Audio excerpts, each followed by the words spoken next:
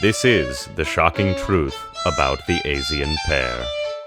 The Asian pear is truly a fruit of many names. Among its many regional monikers are names such as the Japanese pear, Chinese pear, Korean pear, Taiwanese pear, apple pear, zodiac pear, three-halves pear, the snow pear, the sand pear, the papal, and the naspati.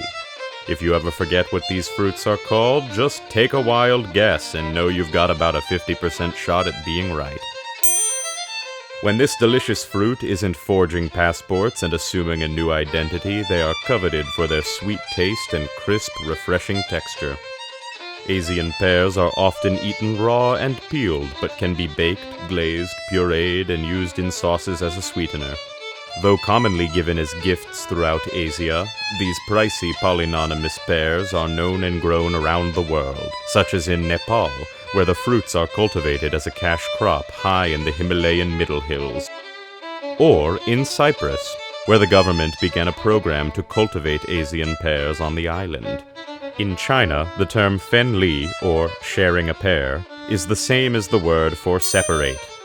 As a result, many refuse to split a pear with loved ones, lest they be separated forever. The Asian pear is rich in minerals and antioxidants such as copper, which helps your body form blood cells and absorb iron. They're also some of the most fibrous fruits you'll find anywhere. The fiber in Asian pears can bind to bad cholesterol and carry it out of your system. And there you have it, folks. Next time you're seeking a luxurious fruit with a sweet taste and a refreshing crunch, look no further than the Asian pear.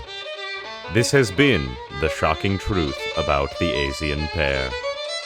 From all of us here at Dherbs, good night.